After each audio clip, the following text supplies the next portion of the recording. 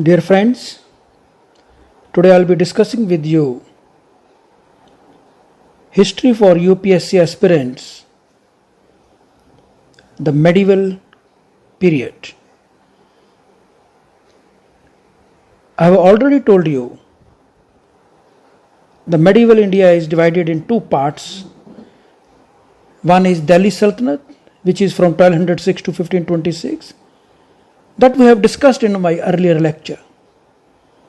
Today we will be discussing the Mughals, the second part of the medieval India.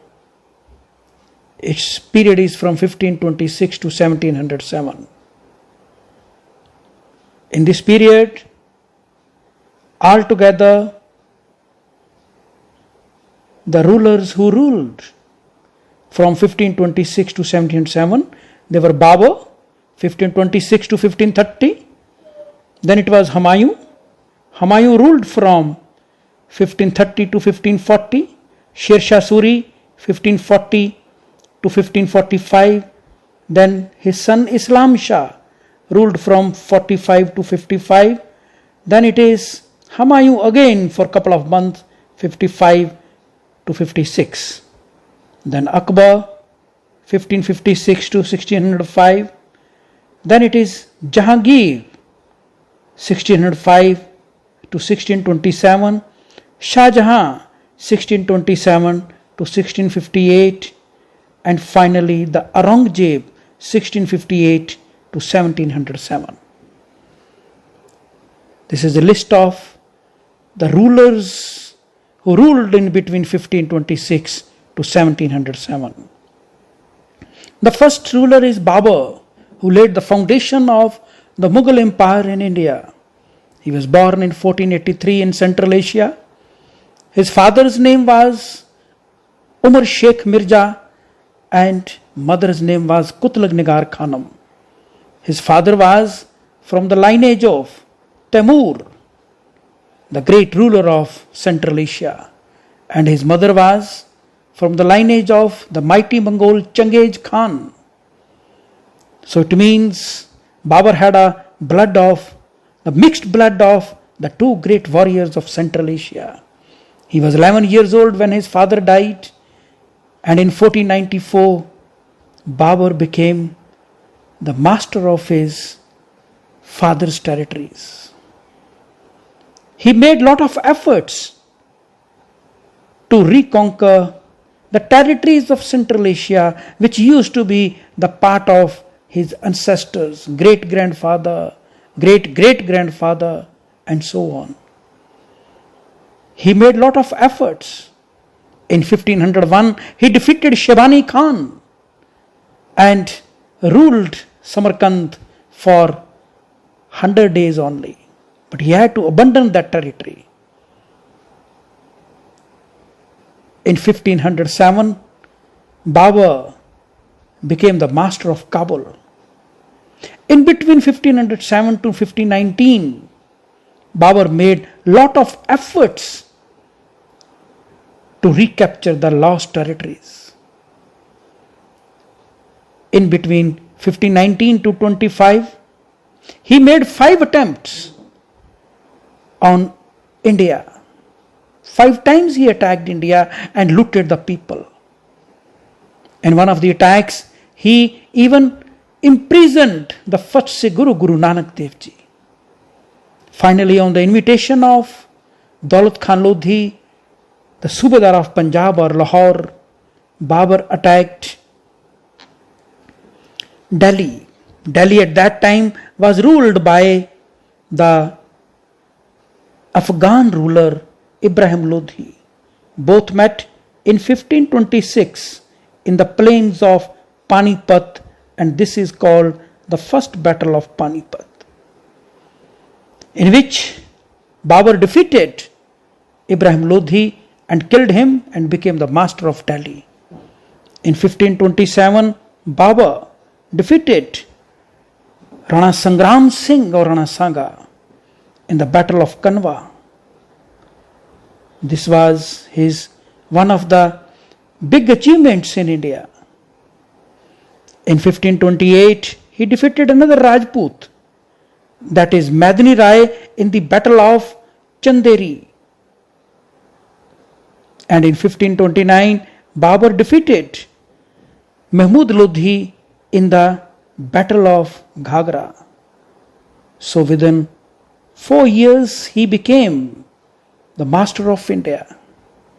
Still, he had a desire to reconquer his lost territories. He was on his way to Central Asia, but suddenly at Kabul he fell ill, and on 26 December 1530 he died. He had 4 sons, Humayun, Kamran and Askari. Humayun, Kamran, Askari and Hindal. Humayun was the eldest. And finally on 30th December 1530, Humayun became the master of India. He ruled from 1530 to 1540 and 1555 to 1556. Humayun, no doubt, he ruled India for about a decade. Regarding him, one British scholar, Stanley Lanepool, said, Humayun tumbled through life and tumbled out of it. In 1530 to 1540, Humayun faced the 2 enemies. Both were Afghans, one Bahadur Shah in Gujarat and the other was Sher Shah Suri in Bengal, in eastern India. With Sher Shah Suri, he fought the 2 battles. One in 1539, that is the Battle of Chausa. In this battle, Humayun was partially defeated. And Sher Shah Suri have partially defeated the Humayun. In 1540, there is a Battle of Kannauj. In this battle, Humayun was completely defeated by Sher Shah Suri, and Humayun had to leave the India. And it was Sher Shah Suri who drove him away from India. It was after the death of Sher Shah Suri and his successors in 1555, Humayun once again became the master of India. And he ruled for a couple of months in 1555 to 1556. He became the master of Delhi after a gap of 1.5 decades. He was fond of reading. One day, when he was reading in his library, that is Sher Mandal Library in Delhi, he was coming down, he slipped, and he died in 1556. So Stanley Lanepool rightly said, Humayun tumbled through life and tumbled out of it. In between, Humayun, the 1.5 decade, it was Sher Shah Suri who ruled from 1540 to 45. Then it was his son Islam Shah who ruled from 45 to 55.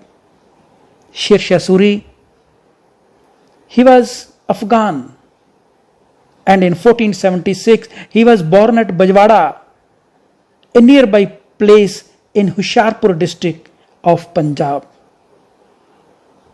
Then he was shifted to Sasaram along with his parents. He was not happy from his family. He do various jobs. His childhood name was Farid.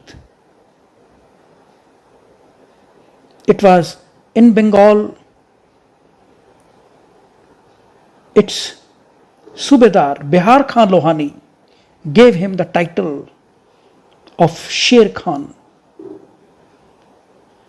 He served under Babur also for some time, but he was not happy.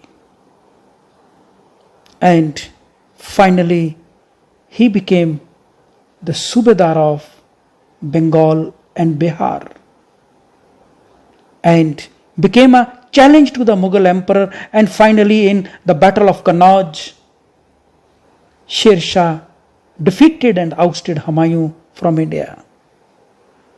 Humayun was defeated in the Battle of Kannauj, and Humayun came to Agra.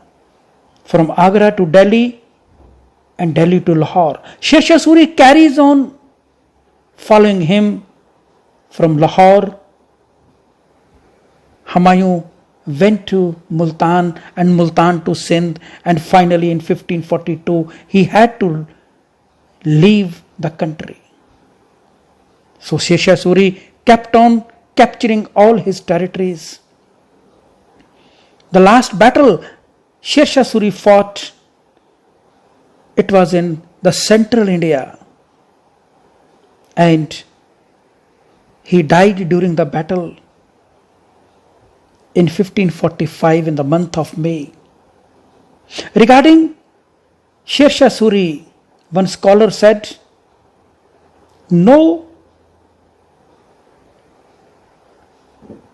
ruler in the world, even the Britishers, have shown such wisdom as this Pathan.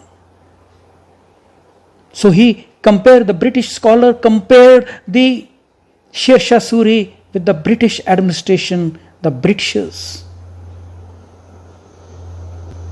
It was great praise for Sher Shah Suri.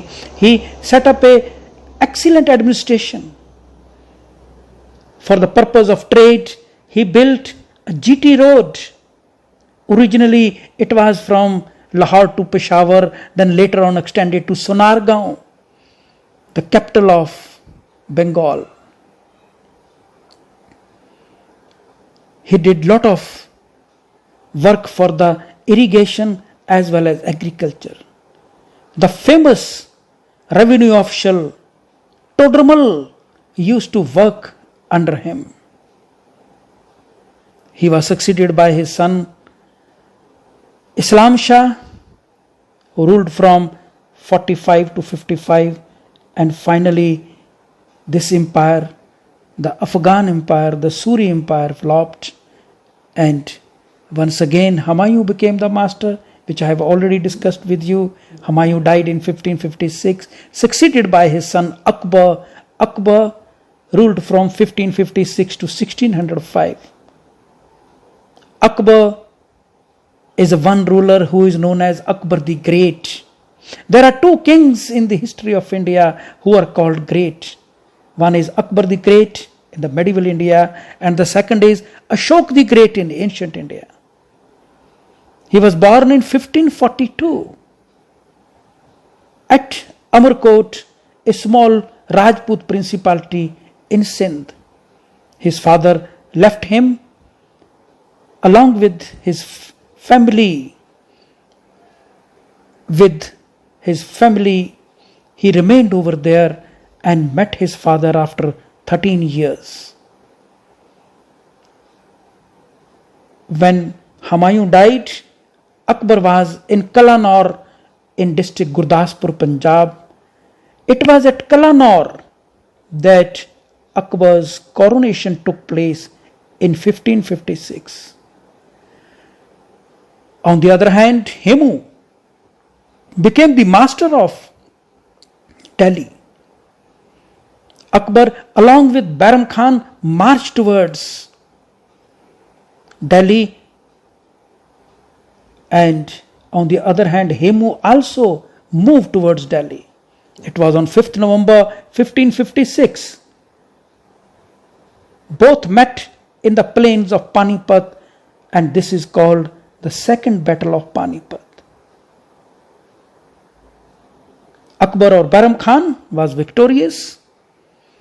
Akbar became the ruler of Delhi. In between 1556 to 1560, it was Bairam Khan who guided Akbar. In 1560, Bairam Khan died, and finally in 1562, Akbar independently started ruling the country. because he have become major. From 1562 onwards, his career, his life is divided into two parts. One is the Rajput policy and another is the religious policy. Under Rajput policy, Akbar established the good relations with all his neighboring countries, neighboring principalities, particularly the Rajputs. He established matrimonial alliances with some of the houses of the Rajputana, like Chittor or like the Amber. Then it was Marwad or Jodhpur. It was only the Chittor or Marwad which didn't had a good relations with the Akbar. They didn't establish any relations. Firstly, it was Rana Uday Singh who fought against him. Then it was Rana Pratap Singh in the battle of Haldi Ghati. So Chittor remained unconquered by Akbar. There were some houses in Rajputana which didn't establish matrimonial alliances with Akbar, but even then they had a very good relations. It was in 1563 Akbar abolished the pilgrimage tax. It was in 1564 Akbar abolished the most hated tax, jizya. This was a remarkable step on the part of Akbar. So this is how he established very good relations with his contemporaries in the Rajput policy. The next is his religious policy. He wanted to know about the truth in all religions. For that purpose, at Fatehpur Sikri, he built one Ibadat Khana in which he invited the heads of the various religions. Islam, Hinduism, even Jainism, Christianity, Zoroastrians. He was not happy. Finally, it was in 1582, Akbar built the one separate sect, that is Din-e-Ilahi. Only 18 people joined it and it made him unpopular. The last days of Akbar were not happier because his son Prince Salim revolted many times. Once even Prince Salim killed the most trusted person of Akbar, that is Abul Fazl. In 1605, Akbar died and he was succeeded by his son Jahangir. The childhood name of Jahangir was Prince Salim. Akbar used to call him Shekhu Baba. And after becoming the emperor, he assumed the title of Nuruddin Muhammad Jahangir. Ruled from 1605 to 1627. As soon as he became the emperor, his son in 1606, that is Prince Khusro, revolted. Prince Khusro was Subedar of Lahore or Punjab. Jahangir himself marched towards him and snubbed his revolt. It was in 1606 only he executed the fifth Sikh Guru, Guru Arjan Dev Ji, in Lahore. After that, the relations between the Sikhs and the Mughals got strained. In 1611, Jahangir married one widow, Meherul Nisha, who is popularly known as Noor Jahan in the history of India. And from 1611 to 1622, this period is known as the Noor Jahan's 1627, it is known as Noor Jahan's Janta, which is divided in two parts, 1611 to 22, the first Janta, and 1622 to 27, the second Janta. It was Noor Jahan indirectly who was governing the country. In 1611, Britishers were given for the first time the Farman by which they set up the first factory in India at Surat. The problem of Chittor was solved, and even the problem of Dakhan was solved, which was solved by Prince Khurram. And for this achievement of Prince Khurram, he was given the title of Shah Jahan by Noor Jahan.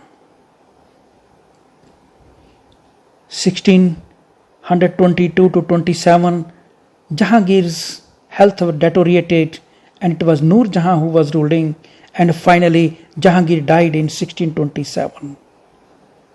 He was succeeded by his son Shah Jahan, who ruled from 1627 to 1658. Shah Jahan married one lady, Begum Arjuman Banu, who is popularly known as Mumtaz Mahal. Very soon she died, and Shah Jahan, for most of the time, remained busy in building one monument in her memory, that is Taj Mahal, which is a unique monument in India, and it is included in the one of the 7 wonders of the world. Shah Jahan's period is known for the two policies, one policy, that is the Central Asian policy. He was also interested in recapturing the Central Asia like his great-great-grandfather Babur. For this purpose, more than 5 times he sent the forces, and the forces were sent under the Aurangzeb. Then in 1656, Shah Jahan fell ill. He had 4 sons, Dara, Shuja, Aurangzeb and Murad. Dara was Subedar of Delhi and Lahore. Shuja was Subedar of Bengal. And Aurangzeb was Subedar of Dakhan. And the younger one, Murad, was the Subedar of Gujarat. It was Aurangzeb and all the brothers, they started fighting with each other. This incident is known as the War of Succession among the sons of Shah Jahan.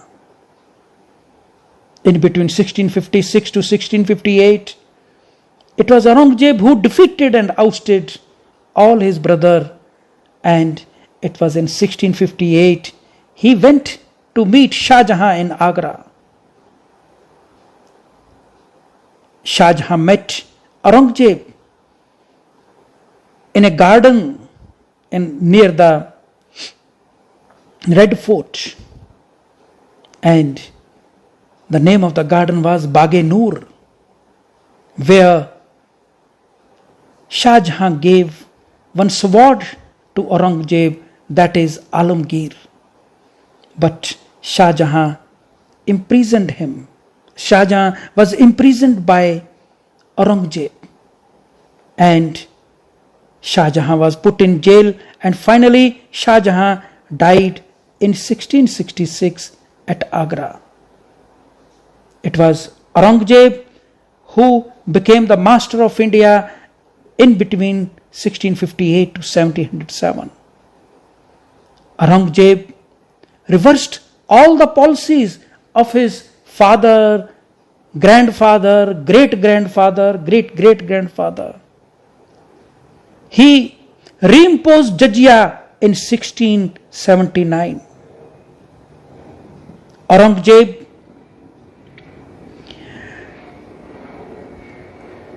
forcibly converted large number of Hindu population into Islam. Large number of Hindu monuments were demolished and the Muslim monuments were created. There were rebellions by Rajputs, by Rohillas, by Afghans, Marathas and Sikhs. Sikhs in Punjab under the 10th Sikh Guru, Guru Gobind Singh Ji, and Marathas under Shivaji in Dakhan. Aurangzeb failed to suppress these two powers. Aurangzeb spent about 2 decades in Dakhan, and he used to say, Dakhan ulcer ruined me. And he was fanatic, fundamentalist. This was one picture. There is a second picture, opposite picture. Aurangzeb was a learned man.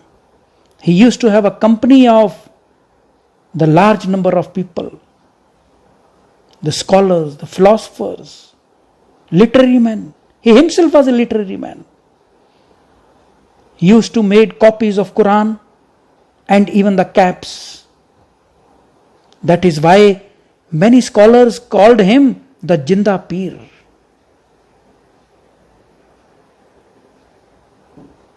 He died in 1707